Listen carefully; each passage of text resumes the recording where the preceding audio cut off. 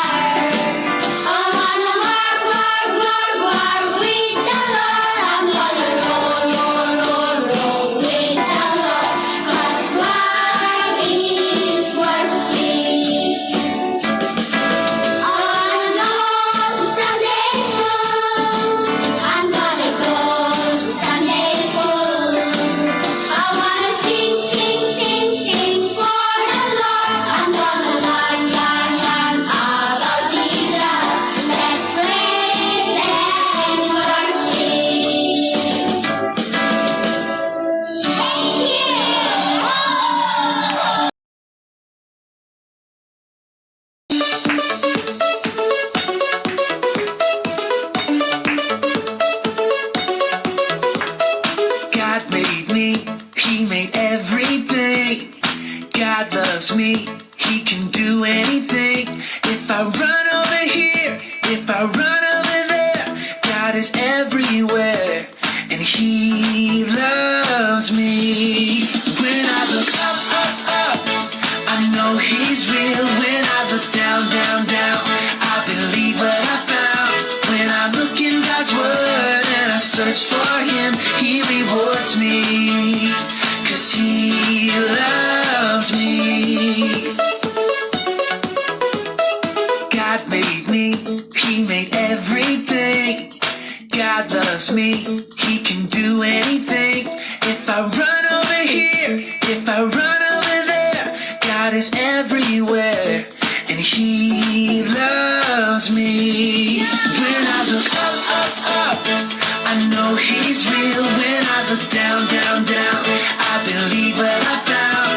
When I look in God's word and I search for him, he rewards me, 'cause he loves me. When I look up, up, up, I know he's real. When I look down, down, down, I believe what I found. When I look in God's word and I search for him, he rewards me, 'cause he loves me, 'cause he loves me, 'cause he loves me.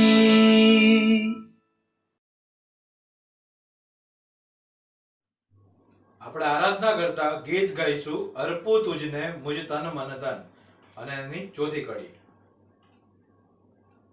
અર્પુ તુજને મુજ તન મન ધન, મુજ જીવન લે, મુજ જીવન લે. દઉ હોમી પ્રભુ મુજ સર્વ ધન, મુજ જીવન લે, મુજ જીવન લે. જગ પાળક તારક સ્વામી મારા, સહુ સોંપી દઉં મમ પ્રભુ પ્યારા. ધરુમાસ્તક હું ચરણે તમારા, ધરુમાસ્તક હું ચરણે તમારા. મુજ જીવન લે, મુજ જીવન લે. અર્પુ તુજને મુજ તન મન ધન, મુજ જીવન લે, મુજ જીવન લે. દઉ હોમી પ્રભુ મુજ સર્વ ધન, મુજ જીવન લે, મુજ જીવન લે.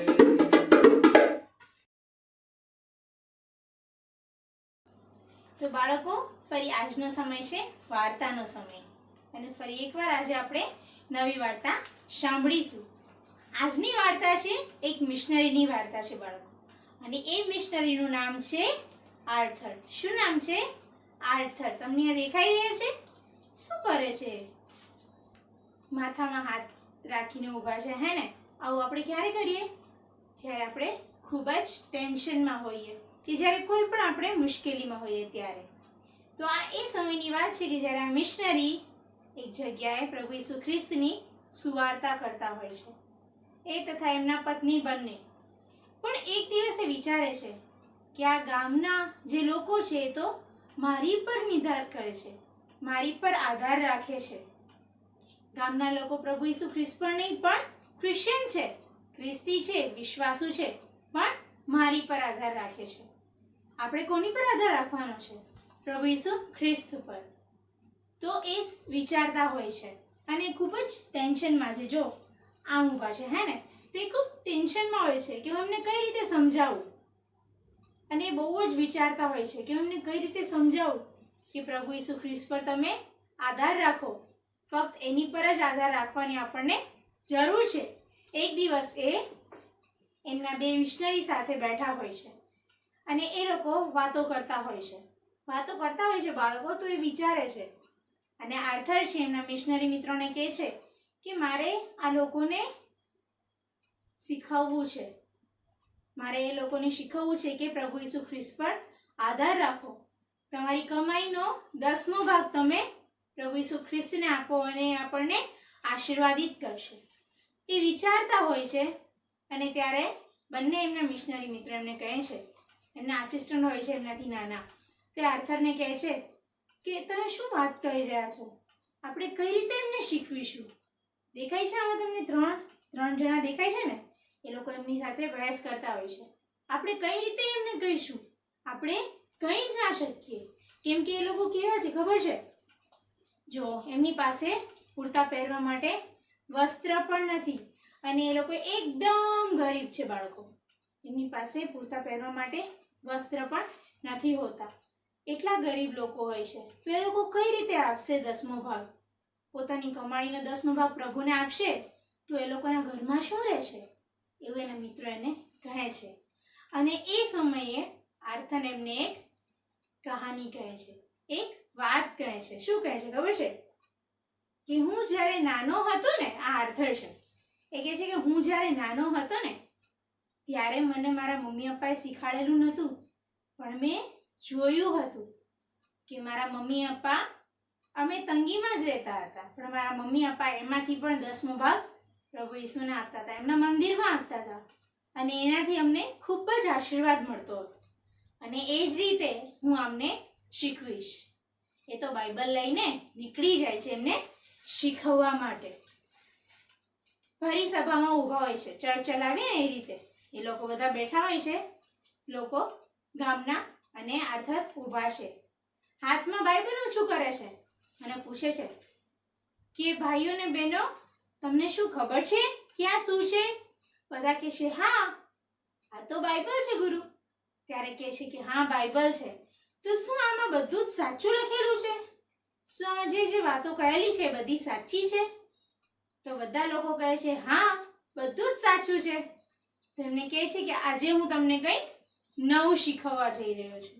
આજે હું તમને કંઈક બાઇબલમાંથી નવું શીખવવા જઈ રહ્યો છું. અને એ શીખવે છે કે બાઇબલમાં લખેલું છે કે તું થોડું આપીને પણ મારું પારખું કરી જો, હું આકાશની બારીઓ ખોલીને સમયની તેટલો આશીર્વાદ તને આપીશ. અને એમને કહે છે કે મારા પર નહીં, પણ પ્રભુ ઈસુ ખ્રિસ્ત પર તમે આધાર રાખો, તેમના એક પર જ તમે ભરોસો રાખો, અને તમારે કમાણીનો 10મો ભાગ તમે પ્રભુ ઈસુને આપો. અને જ્યારે એવું કહે છે ને ત્યારે લોકો તો આશ્ચર્યચકિત થઈ જાય છે, શોક થઈ જાય છે કે અમને તો ખબર છે કે અમે બહુ જ ગરીબ છીએ, તો અમે કઈ રીતે આપીશું?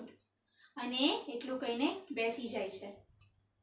ફરી પાછા ઊભા થાય છે કે હું જાણવા માંગુ છું કે તમે શું આપવા માંગો છો તમારો 10મો ભાગ? અને બધા લોકો અંદરો અંદર વાતો કરવા લાગે છે. હવે દરેક ગામમાં સરપંચ ને એવું હોય ને બાળકો, એ જ રીતે એ ગામમાં જે મુખ્ય હોય છે એ ભાઈ ઊભા થાય છે. દેખાય છે? હા, તો એ ભાઈ ઊભા થાય છે અને એમને કહે છે કે હા, અમે નિર્ણય કર્યો છે કે મહિનાના છેલ્લા અઠવાડિયે અમે જે પણ હશે તે પ્રભુના મંદિરમાં લાવીશું. જે અમારી મહિનાની કમાણી હશે તેનો 10મો ભાગ અમે પ્રભુના મંદિરમાં લાવીશું. એવો એ લોકોને એ વાયદો કરે છે. કોને? હા, આર્થરને એવો વાયદો કરે છે, એવું વચન આપે છે. અને આર્થર કોણ હતો? મિશનરી હતા એ તો એમને તો એક ગામથી બીજા ગામ જવું પડતું હોય ને, એ જ રીતે બીજે ગામ જતા રહે છે. મિશનરી કામથી બીજા ગામ જતા રહે છે તો એમને લાગે છે કે આ લોકો તો કંઈ યાદ રાખશે નહીં, ભૂલી જશે અને એમને કશું જ યાદ નહીં રહે. પણ બાળકો, પ્રભુ ઈસુને વચન આપ્યું હોય તો આપણે યાદ રાખવું જોઈએ, અને આ ગામના લોકો ખૂબ જ યાદ રાખે છે. અને જ્યારે મહિનાનો છેલ્લું અઠવાડિયું હોય છે ને ત્યારે બધી જ વસ્તુઓ ભેગી કરે છે. દેખાય છે અહીંયા તમને? હે ને? મરઘી છે, ઈંડા છે, રાઈસ છે, બનાના છે, પાઇનેપલ છે. તો જેને જેને જે વસ્તુઓ ઉગતી હતી એમના ખેતરમાં, એ જઈને એમનો 10મો ભાગ ભેગો કરે છે અને એમના ગામના મુખિયાને આપે છે કે તમે આ લઈ જાઓ અને જઈને તમે કોને આપો? આર્થરને આપો, આપણા મિશનરી સાહેબને આપો, જેમણે આપણને આપતા શીખવ્યું. તમને ખબર છે શું થયું બાળકો? 6 મહિના પછી એ ગામમાં એક પણ ચર્ચ નહોતું. 6 મહિનામાં ત્યાં ઈશ્વર પિતાએ ચર્ચનો આશીર્વાદ આપ્યો. જ્યારે ચર્ચનો આશીર્વાદ આપ્યો ને ત્યારે શું થયું ખબર છે તમને? ત્યારે એ લોકોએ સૌથી પહેલા આવી રીતે વખારો બનાવી. જોઈ શકો છો તમે અહીંયા એક બાળક છે જેના મમ્મીના હાથ પકડીને એમાં રાઈસનો બાઉલ ઠાલવે છે.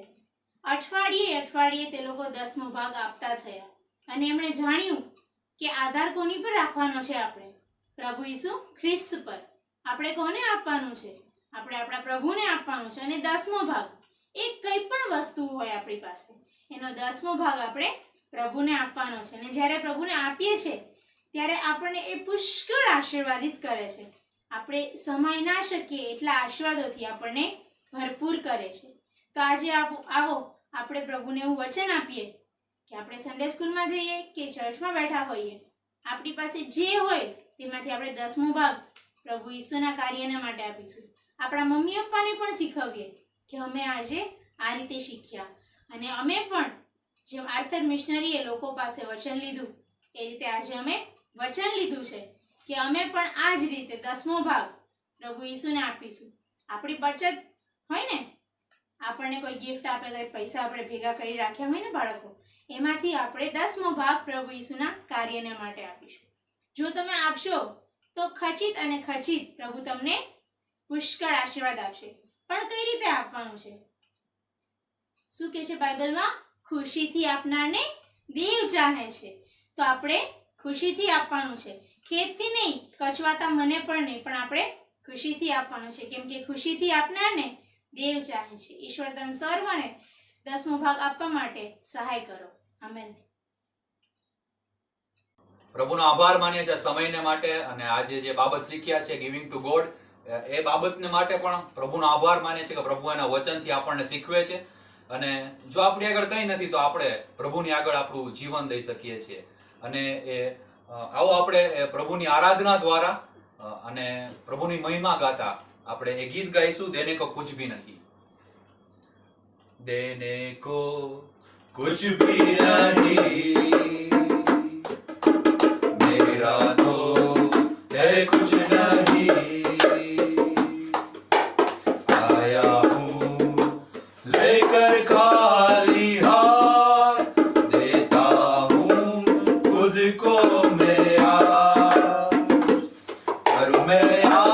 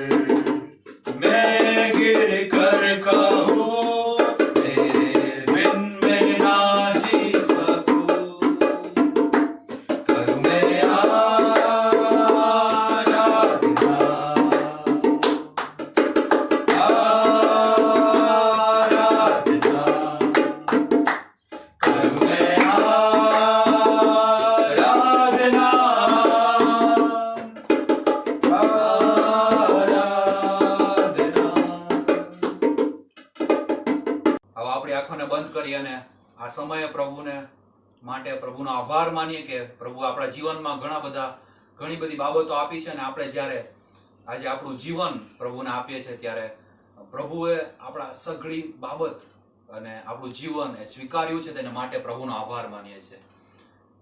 પ્રભુ ઈસુના નામમાં આમેન. ચાલો તો આપણે આજનું સોનેરી વાક્ય મોઢે કરી લઈએ. આજનું સોનેરી વાક્ય છે 2 કોરિન્થી તેનો 9મો અધ્યાય અને 7મી કલમ. જેમ દરેકે પોતાના હૃદયમાં અગાઉથી ઠરાવ્યું છે તે પ્રમાણે તેણે આપવું, ખેદથી નહીં કે ફરજિયાત નહીં, કેમ કે ખુશીથી આપનારને દેવ ચાહે છે. આ કલમને ફરીથી બોલી લઈએ. 2 કોરિન્થી તેનો 9મો અધ્યાય અને 7મી કલમ. જેમ દરેકે પોતાના હૃદયમાં અગાઉથી ઠરાવ્યું છે તે પ્રમાણે તેણે આપવું, ખેદથી નહીં કે ફરજિયાત નહીં, કેમ કે ખુશીથી આપનારને દેવ ચાહે છે. ચલો હવે થોડા શબ્દ આમાંથી રિમૂવ કરીને ફરીથી બોલીએ. 2 કોરિન્થી તેનો 9મો અધ્યાય અને 7મી કલમ. જેમ દરેકે પોતાના હૃદયમાં અગાઉથી ઠરાવ્યું છે તે પ્રમાણે તેણે આપવું, ખેદથી નહીં કે ફરજિયાત નહીં, કેમ કે ખુશીથી આપનારને દેવ ચાહે છે. શું તમે તૈયાર છો આજની ચેલેન્જ માટે? તો આ ચેલેન્જ છે એ આ ગેમમાં છે. તો એ ગેમ તમારે ધ્યાનથી જોવી પડશે અને સાંભળવી પડશે અને શીખવી પડશે. ગેમનું નામ છે ચપાતી. ચપાતી એટલે રોટલી. તો ચપાતી કઈ રીતે રમી શકાય છે? ચપાતીમાં 3 અક્ષર છે, ચ, પા અને તી. તો અમે અહીંયા તમને ડેમો આપવા માટે જ ઊભા છીએ. તમે 2 વ્યક્તિ રહો અને જેમ અત્યારે હું અને આંટી ઊભા છીએ તે રીતે રહેવાનું છે. અને સામસામે ઊભા રહીને આંટી ચ બોલે, હું પા બોલું, આંટી તી બોલશે. ફરી હું ચ બોલીશ, આંટી પા બોલશે, હું તી બોલીશ. અને એકદમ સ્પીડમાં આ ગેમ રમીને તમારે રમવાનું છે. તમને એકવાર અમે ડેમો આપીએ છીએ. ચ પા તી, ચ પા તી, ચ પા તી, ચ પા તી, ચ પા તી, ચ પા તી, ચ પા તી, ચ પા તી, ચ પા તી, ચ પા તી, ચ. અને આ રીતે જો ઊભા રહી જઈએ તો ગેમ આઉટ થઈ જાય છે, હે ને? તો તમે સમજ્યા કઈ રીતે ગેમ રમવાની છે? તો આ આજની તમારી ચેલેન્જ છે બાળકો. અને તમારે આ ગેમ રમીને મને વિડીયો નીચે જે ડિસ્ક્રિપ્શનમાં લિંક આપી છે એની પર શેર કરવાનો છે. સૌથી ઝડપમાં ઝડપ જે 3 વ્યક્તિઓ આ ગેમ રમ્યા હશે, જેની સ્પીડ બહુ જ ઝડપી હશે ચપાતી બોલવામાં, તેમને સિલેક્ટ કરવામાં આવશે અને તેમને ઇનામો તેમના ઘરે લોકડાઉન પછી મોકલવામાં આવશે. સો ઓલ ધ બેસ્ટ બાળકો. પ્રાર્થના કરીએ. પિતા, આભાર માનીએ છીએ સર બાબતને માટે, સંગતને માટે તમારો આભાર. ને પિતા, આજે અમે શીખી શક્યા જે વચન એના માટે તમારો આભાર માનીએ છીએ. ને પિતા, તમારા આપેલા આશીર્વાદમાંથી પિતા અમે આ વખતનો 10મો ભાગ પિતા અમે તમને આપી શકીએ તેવું રૂડું મન અમને આપજો. અને પિતા, અમે વચનના પાળનારા બની શકીએ તેવું થવા દેજો પિતા. અને અમારા જીવન દ્વારા તમને એકલાને માનવી મને ગૌરવ મળે તેવું થવા દેજો. તારના પ્રભુ ઈસુ ખ્રિસ્તના નામથી માંગ્યું છે અને મળ્યું છે એવા વિશ્વાસ સાથે. આમેન.